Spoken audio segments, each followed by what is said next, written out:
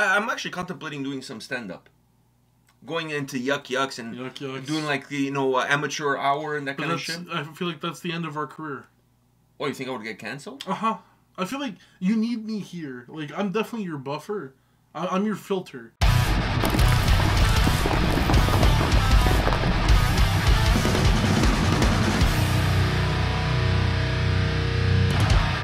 Welcome to another episode from Takedowns to Breakdowns with A&P, our last episode of the year. It's the holiday season.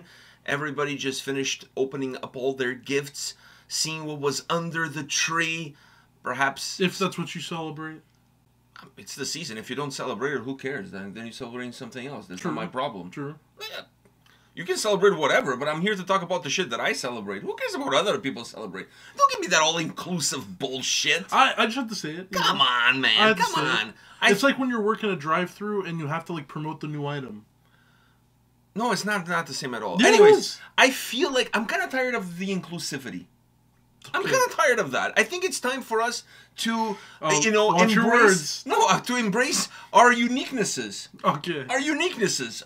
Sometimes our collective uniquenesses. Okay. But our uniquenesses nevertheless.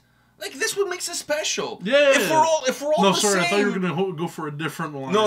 I was not going down that path. It's you the know end exactly, of the year. yeah. It's the end of the year. But I'm just saying, like, why should we want to be like everybody else? We should all want to be like ourselves. True.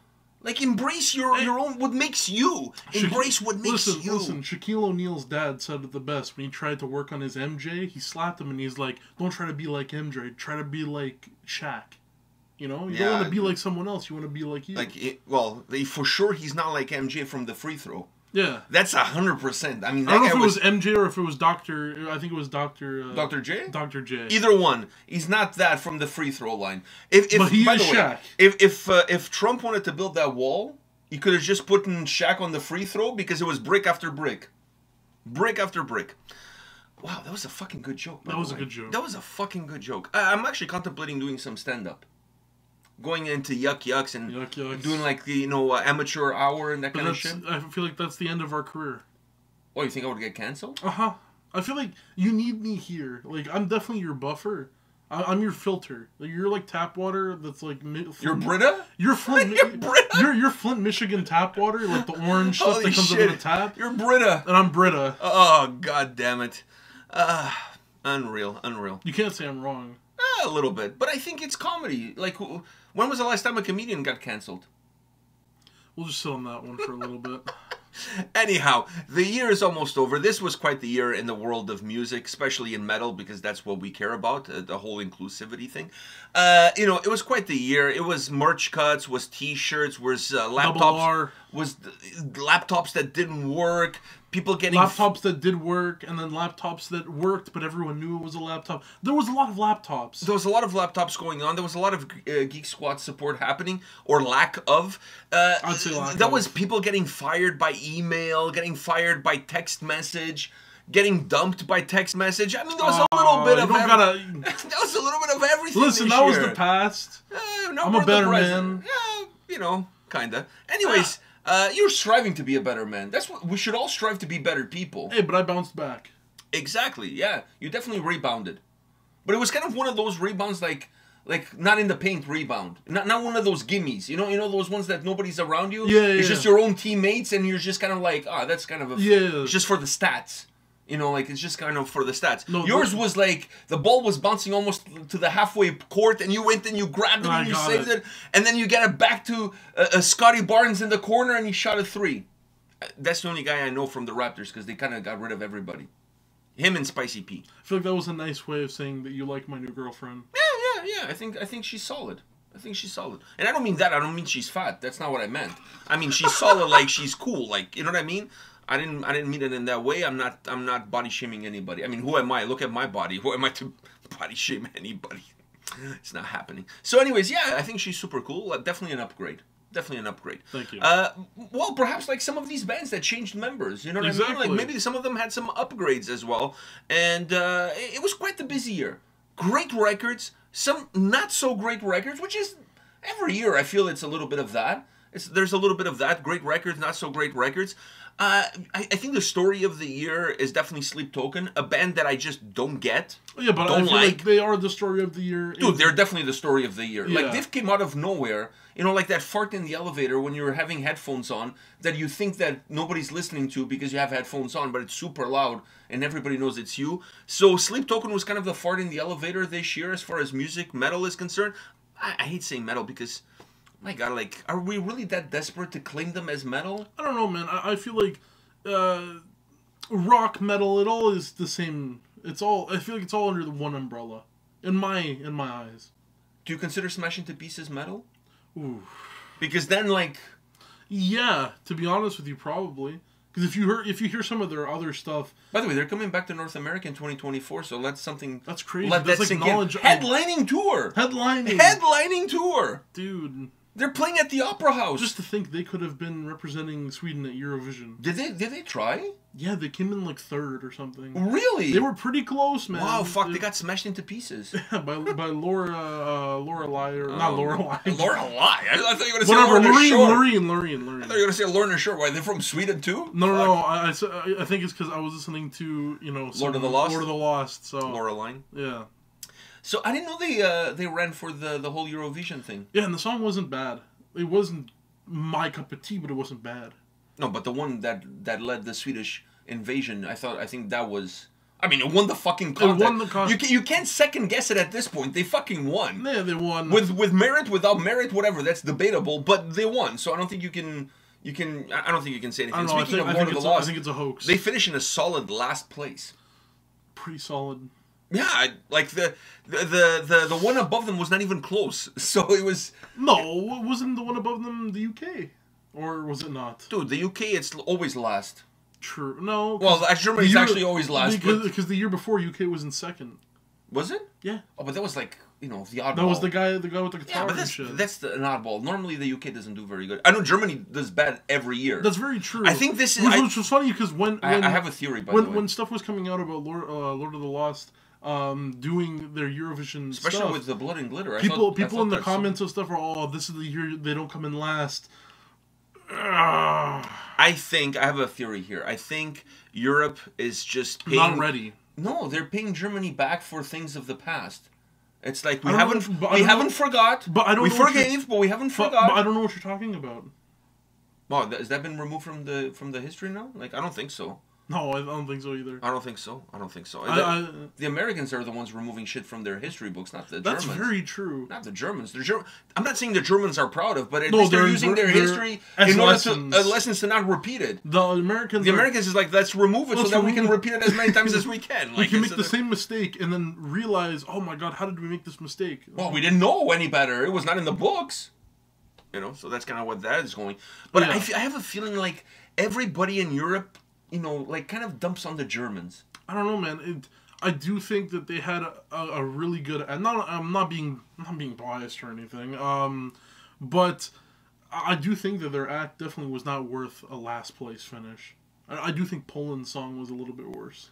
I can't remember how many... By a little bit worse, I mean I can't the whole remember, overall thing. I don't remember how many songs in total were in Eurovision. Eurovision was a big story this year because there was 2 metal bands technically. Yeah, you had Voyager from Australia, a progressive metal band, and you had Lord of the Lost. And there was also the whole thing about how it ended. How we were sitting in a car going to the Toronto to Wacken Metal Battle Canada.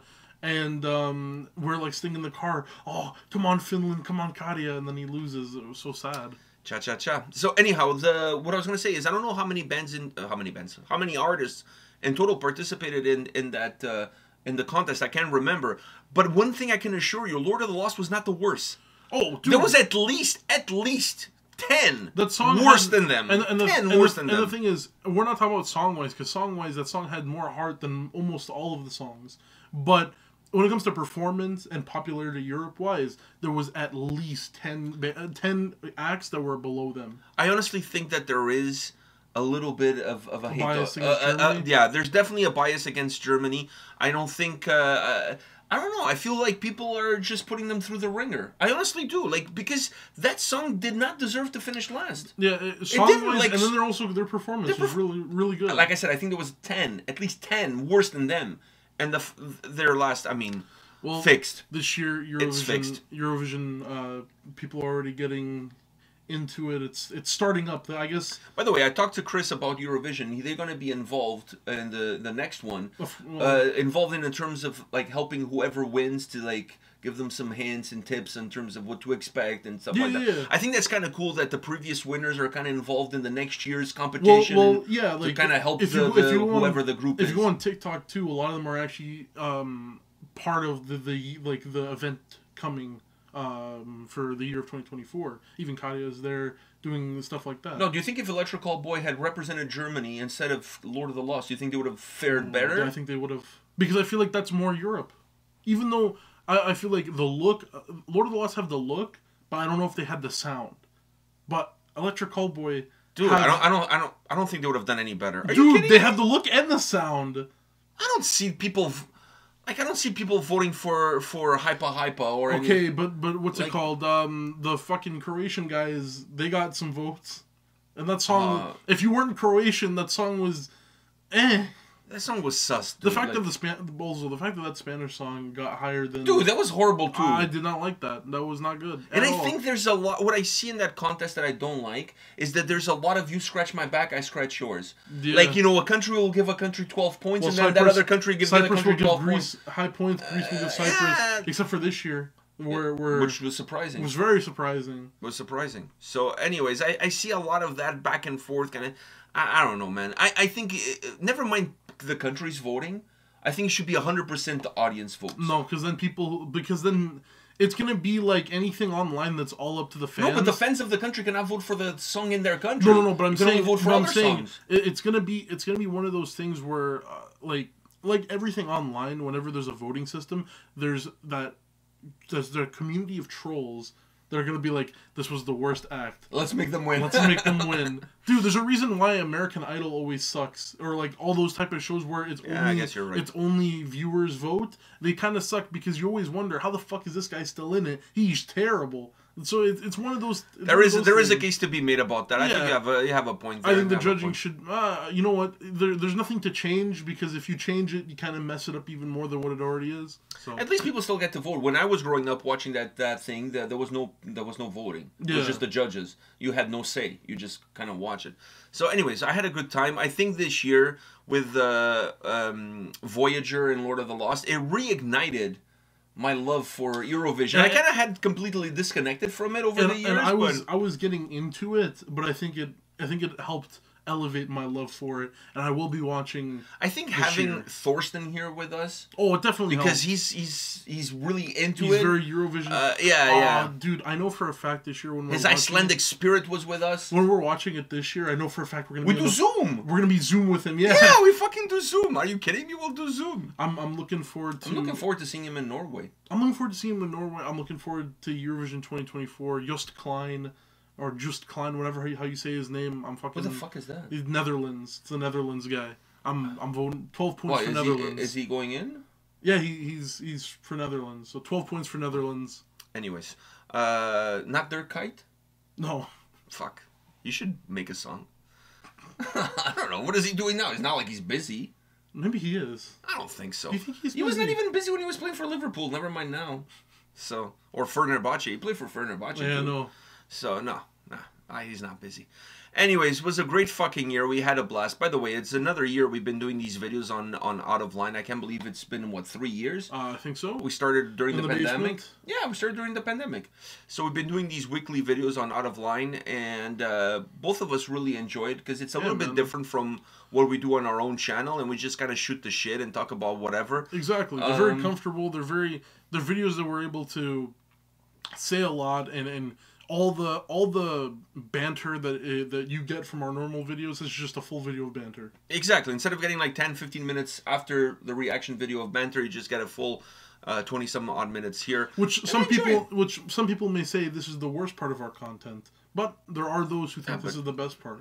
There's idiots everywhere. Exactly. So it is what it is. For all of you guys that watch our videos on a weekly basis, for everybody that makes these videos possible at the Out of Line music channel, label, whatever the hell they're called. So anyhow, for all of you, a Merry Christmas. We're in that season. Happy holidays. There he goes with all inclusivity. Hey, man. And Happy New Year. All the best for 2024. May 2024 bring you everything that you want. All the joy, all the health, all the happiness. May your dreams come true. And you have a wonderful 2024. Yeah, and this was our year wrap, if you will, even though it was kind of more Eurovision based, which I think it took up a lot of our year because it was more of the love coming through. But this year was an amazing year, not only for us. Great live shows we've been to. Great live shows, but, amazing year not only for us personally, the ups and downs, of course, as you mentioned earlier, but... made some new friends. Lost some old ones. Exactly. But I think this year was a really, really good year, not only for us, but for metal in general, in music, in drama. We're here for the drama. We love the gossip and the drama. Yeah. Unless you're Finn McKenty or whatever the fuck his name is. He thinks metal is dead, but... it's alive, and it's alive here. I don't know, how can you even make that statement? I think that's just for the clicks. Yeah, definitely. Like, metal has never been this thriving. Look, okay, maybe I'm exaggerating, but look at the number of festivals. Look at the sold-out festivals. Look at the number of tours. Yeah, man. Like, it's dead. far from dead. It's far from dead, yeah. Eurovision had 2 metal bands in it. It's far from dead. Yeah. It's far from dead. But yeah, amazing year, and I'm hoping the 2024, not only great concerts, amazing video ideas for us, at least trips, which we'll definitely have videos on that. I'm looking forward to some drama, man. You know what? That's what these videos are about, is the drama of the week. And even though it's someone else's sadness, it's my pleasure. Yeah. But yeah, amazing year, and I'm hopefully ready to go into 2024 and having another good year. Going in with a bang. Exactly. All right. She bangs. Anyhow, guys, we'll see you all next year. See ya.